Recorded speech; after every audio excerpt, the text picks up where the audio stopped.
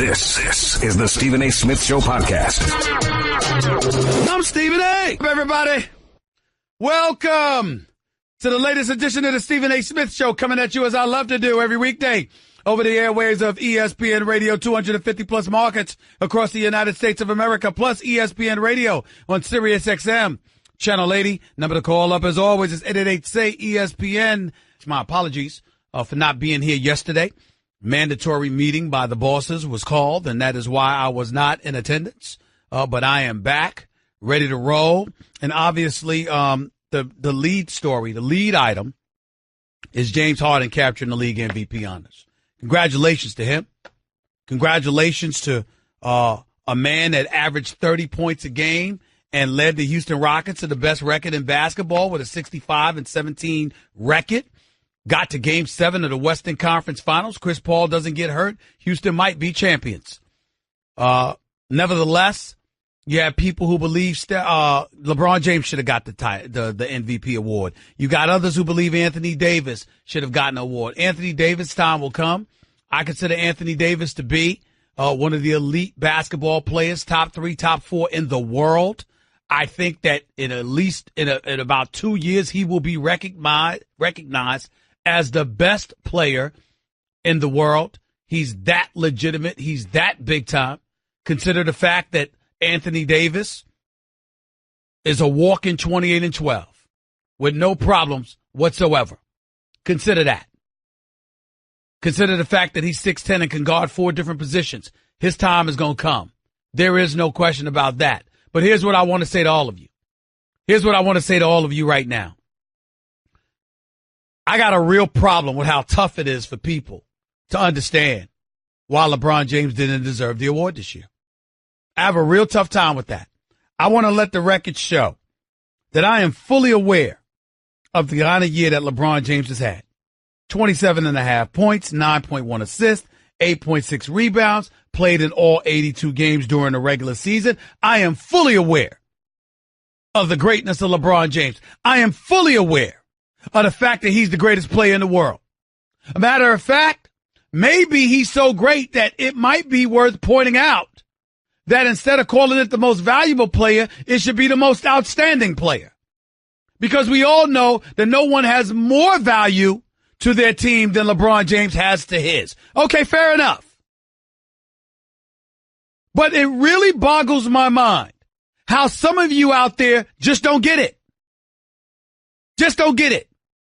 And if this was First Take, I'd put up the breaking news tag talking about how LeBron James, great father, great husband, great philanthropist, very charitable, the I Promise Initiative, the LeBron James Family Foundation, the list goes on. I'd bring up all of that. Because God knows we know I have to have a qualifier. Because we know that we can't say anything remotely critical about LeBron James. How dare us? How absolutely positively dare us? What is wrong with us? Why would we think about doing such a thing? What the hell is wrong with us? But I got real problems with some of you out there. I got real problems with some of you out there in terms of your thinking about the MVP.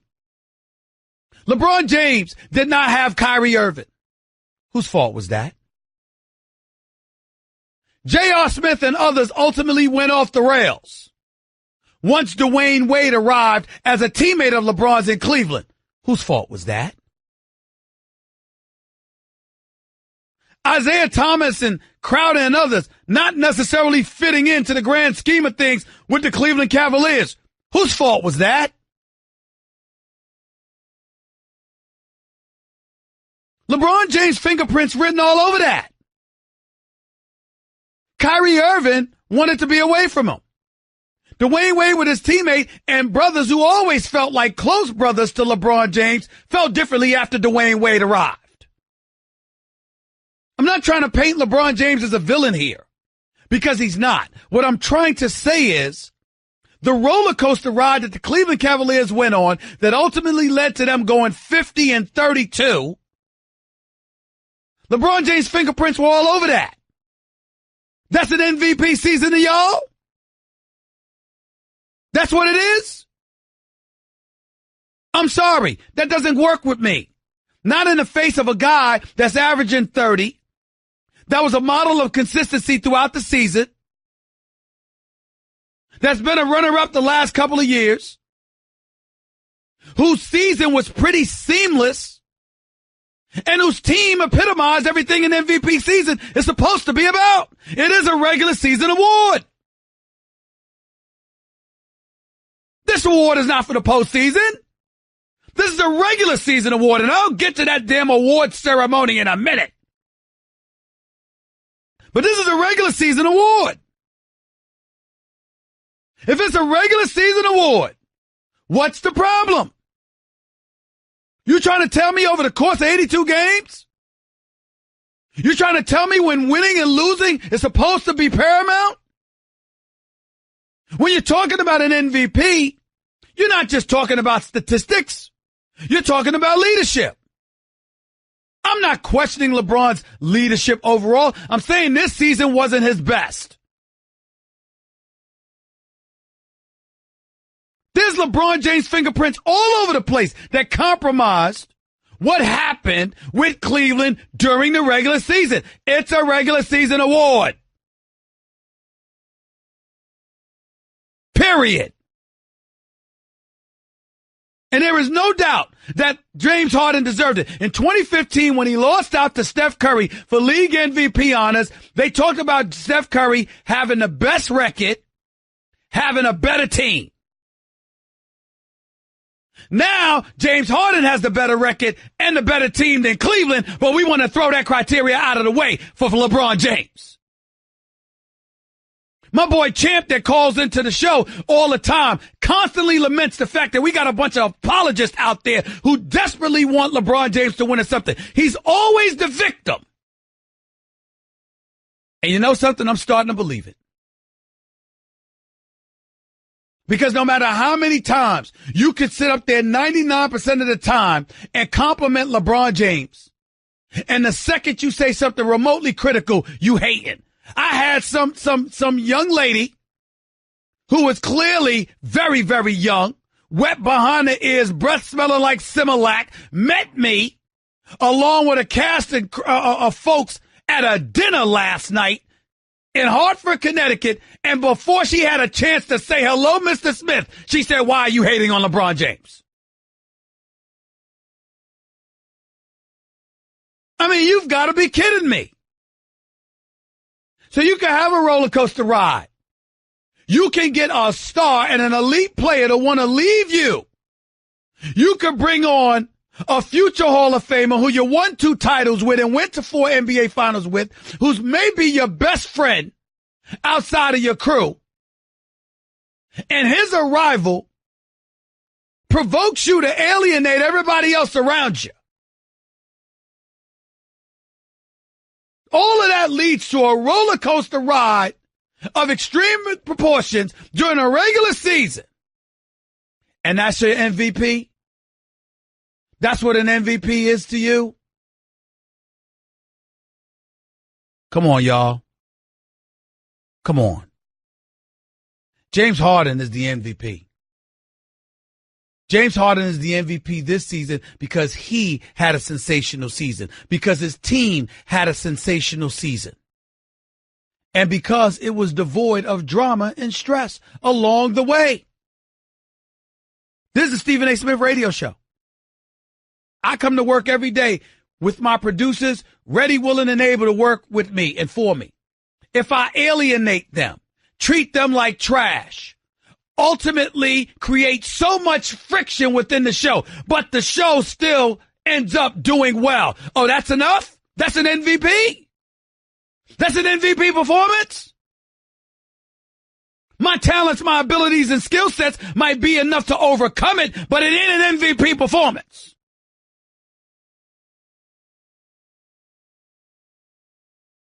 I really don't understand how it's so damn hard for people to comprehend.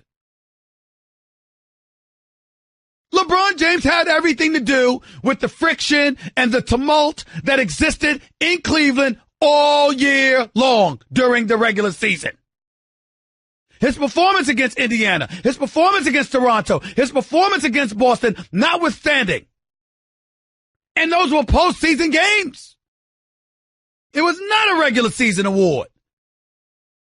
I'm sorry, it was not a postseason award. It was a regular season award. And it was not an MVP caliber season for him. Because it's not just about your numbers. It's not just about getting yours. It's about leading. And he could have done a better job of that. It doesn't mean he won't do it next year. It doesn't mean he hasn't done it before. It just means this particular season, no, he did not do that. And that is why he doesn't get my MVP vote. It belongs to James Harden, and I'm proud that folks saw it that way and gave him the award he so richly deserved. 888-SAY-ESPN. That's 888-729-3776.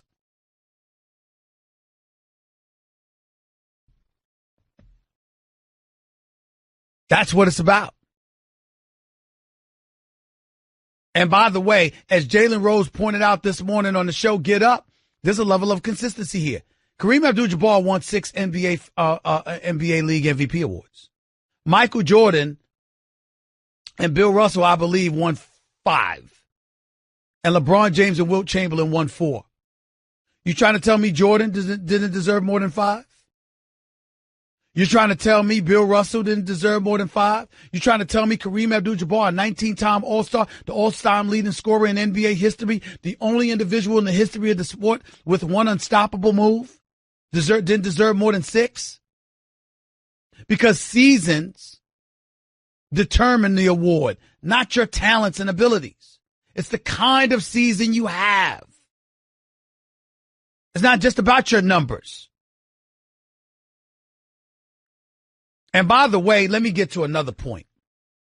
And I want to preface my comment by saying congratulations to TNT for doing the outstanding job it always does.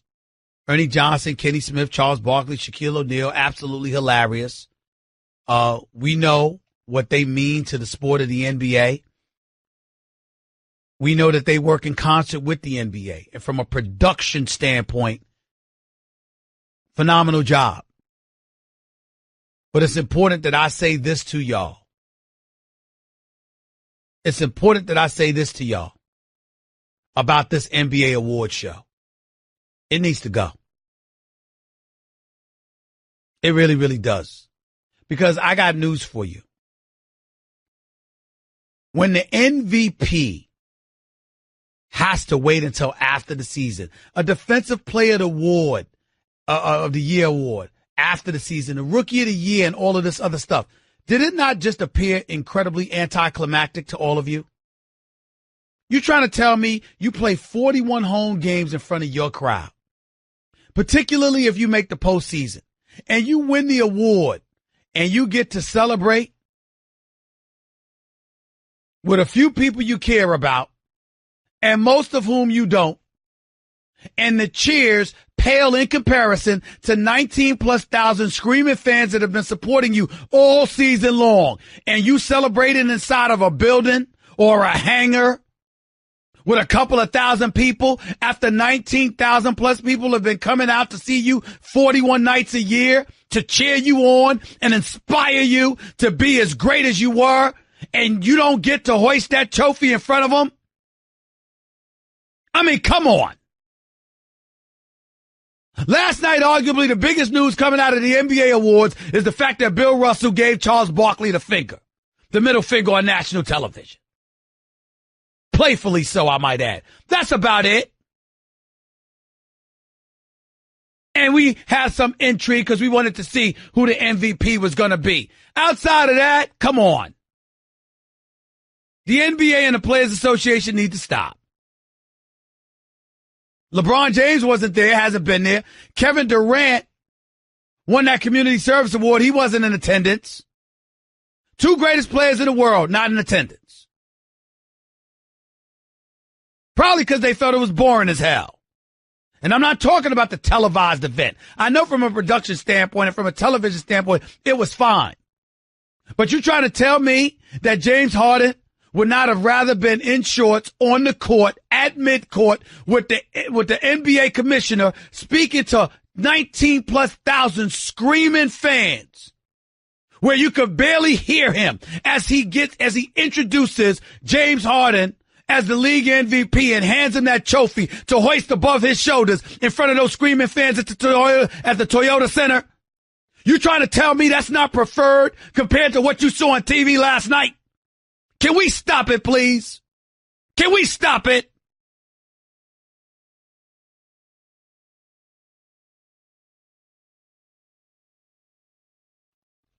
See, it's moments like this when you know certain people just never played. Because I got news for you. You can ask players, these multi-million dollar athletes. Ask them about the hair standing up on their skin and the goosebumps they feel throughout their body when they step on a court for big moments in front of a packed house of fans. Ask them what that's like. And then ask them to compare that to what we saw last night. It's not even in the same stratosphere. It's not even in the same ballpark. But that's what people want to do.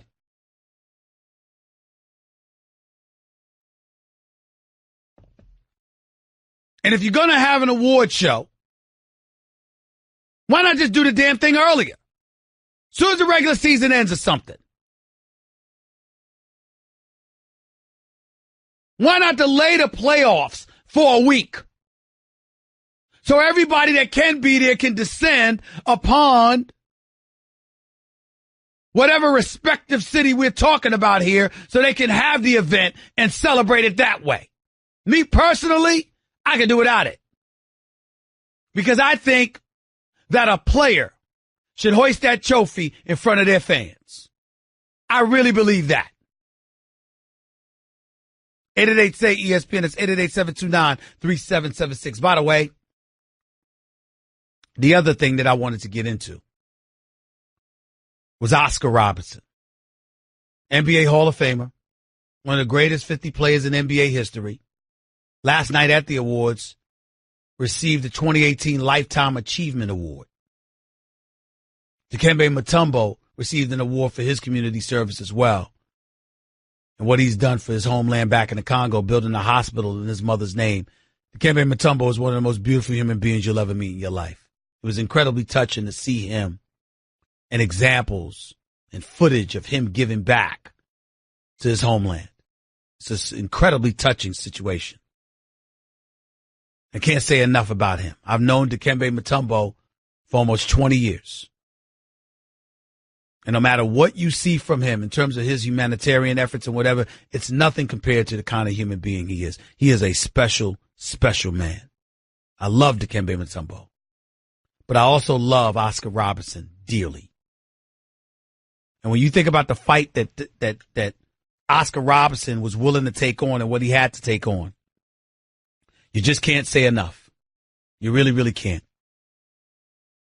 Oscar Robertson spoke last night. He also felt the need to touch on issues about athletes getting involved in social issues. Listen to what the great Big O, Oscar Robertson, had to say about that. The only thing that really bothers me is that where are the white athletes when this is happening? I mean, it's just not a black athlete problem. When you see this injustice in the world, I mean, it's all around you. And just because LeBron steps out, I'm glad he does. I hope some other players, because this is what they believe. It's not. I mean, what do you want players to do? You know, shut up and dribble? You know, I think this time for them to say what they want to say about life, say about politics and about things in the street and whatnot, about education, which a lot of the players are doing. They're donating their monies back into different causes and whatnot.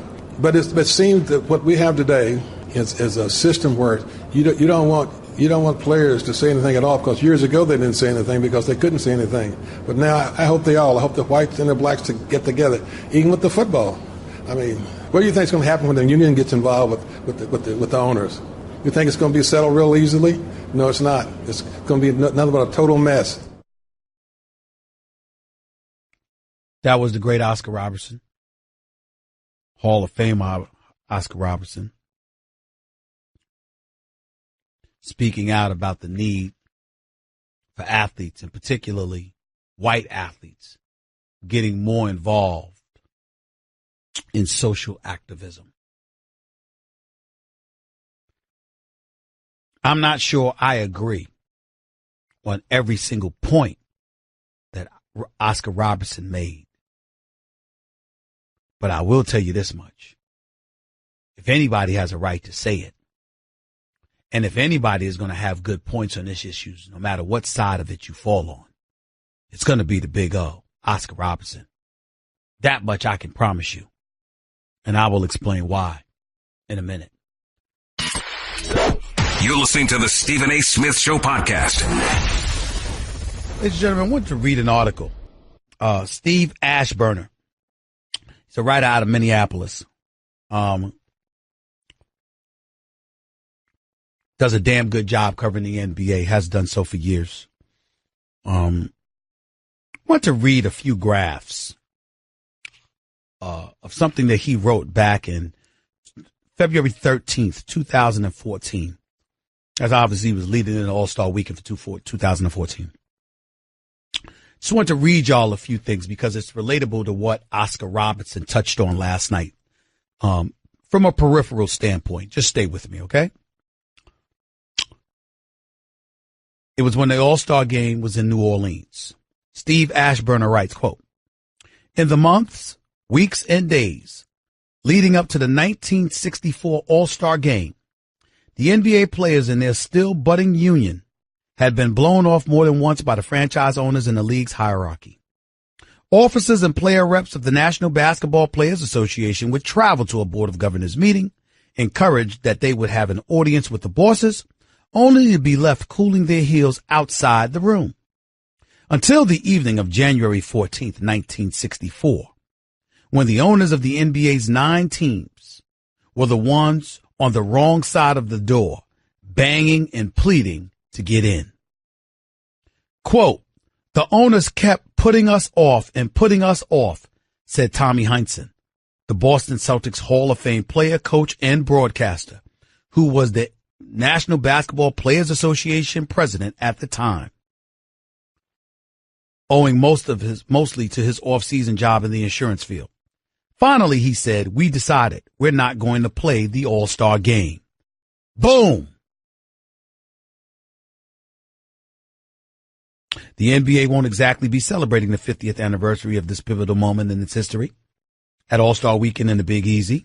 But without it, the league might look nothing at all like it does now, with players and owners building it into one of the most popular sports options on the planet. Like the union itself, founded in 1954 by Celtics guard Bob Cousy, the issues of 1964 had been on the table for most of a decade. The players were trying to institute a pension plan to cover their some portion of their retirement years. There were concerns about working conditions, such as meal money, full-time trainers, home and on the road, for each team, and schedule considerations. For example, no Sunday matinees after Saturday night games. There also was the sheer recognition of the NBA Players Association as the collective bargaining voice of NBA players, with Larry Fleischer as its executive director. Quote, they tell us they were going to do all these things, Oscar Robertson said this week. And then they changed their minds. And there you have it. Why did I just read that to you? Because we're talking about 1964. That's how long Oscar Robertson has been involved with player protest, social activism, fighting with sports leagues on behalf of player rights, free agency and beyond. If it wasn't for the positions that Oscar Robertson took in fighting the league, to this day, these players might not be able to be as mobile as they are. See, there were pioneers, ladies and gentlemen. There were people who came before LeBron James, even came before Michael Jordan, even came before Kareem Abdul-Jabbar. Hell, think about what happened. Bob Cousy started the union in 1954. So when Oscar Robertson feels the need in 2018, more than 50 years later, when he feels the need to address social activism, and he stands up and he says he wishes more white folks will get involved, and social activism on behalf of some of these players, because these problems that we allude to ain't just a black problem, ain't just a Hispanic problem. He's also pointing out something else. Real change in our nation came about when white Americans stood up with black brothers and sisters and said, this is wrong, and we have to do something about it. That's why he brought up the NFL players. And I applaud Oscar Robertson for that position, because I understand he has a heightened level of sensitivity that's far more educated and in-depth than I could ever hope to be. I wasn't even born yet when Oscar Robertson was fighting. So I understand. But as I said this morning on First Take, my television show on ESPN, every weekday morning from 10 a.m. to noon with Max Kellerman and Molly Kiram, it's also incumbent upon particularly the black athletes to have a plan. See, when you have a plan and it's put in place, and it's just about the matter of executing that plan, because there's an end game at the end of the proverbial or figurative tunnel, then hoping and asking for somebody to get involved is not only cool and decent and right, it's also plausible. Because the goal in mind is in your sights. But when you're asking people to make sacrifices, inevitably they're going to ask for what? And you have to have an answer to that question. And when the answer doesn't suffice, you got a problem. Colin Kaepernick taking a knee was never against the National Football League. It was against society, law enforcement issues with minority communities, civil rights, racial oppression, etc.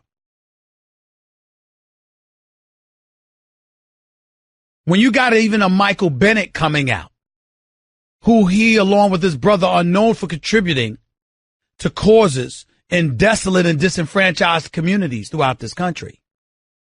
And even Michael Bennett comes out and he says, I don't know if taking a knee is the right way to go. At this point, got to pay attention to that. Because ultimately, what is it going to accomplish? Other than foment and escalate the ire of owners who cut your checks. Because their position is, you're not protesting us. It has nothing to do with us. Why do we have to pay for this? When that happens,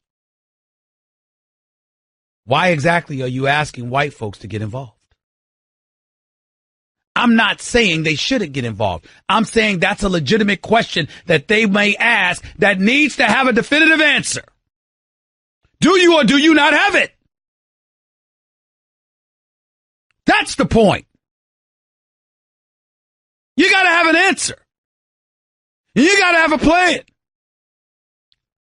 And oh, by the way, you got to also understand that every white person out there that may indeed support Donald Trump doesn't make them racist or xenophobic or anything like that. There's plenty of folks out there from white communities and beyond that supported a presidential candidate because he addressed their lone individual needs. You have some people that are fixated on being pro-life.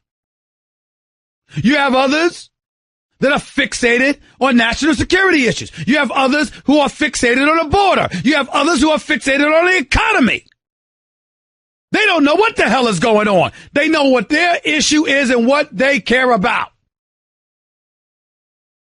So in other words, in order to get the help of communities, you can't demagogue or demonize everyone who feels differently than you. In order to bring people in, not only do you have to invite them, You have to make the environment that you're inviting them into invitable. Not rife with alienization. I appreciate and implore what Oscar Robertson said. I just wanted to point out that it's not as simple as he proclaimed it to be. Might be simple for somebody like him. He's a born warrior who also didn't have much to lose because of the circumstances with which he had to deal with.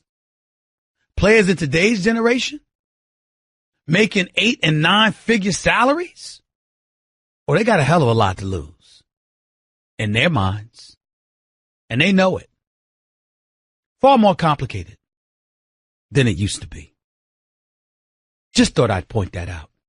Your calls are more in a minute with Stephen A. on ESPN Radio.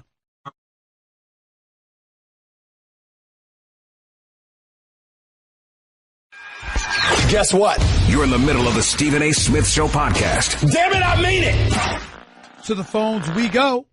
Let's go to Matt, New York. You're live with Stephen A. Talk to me. Hey, Stephen A. How you doing? How are you? Thanks for calling.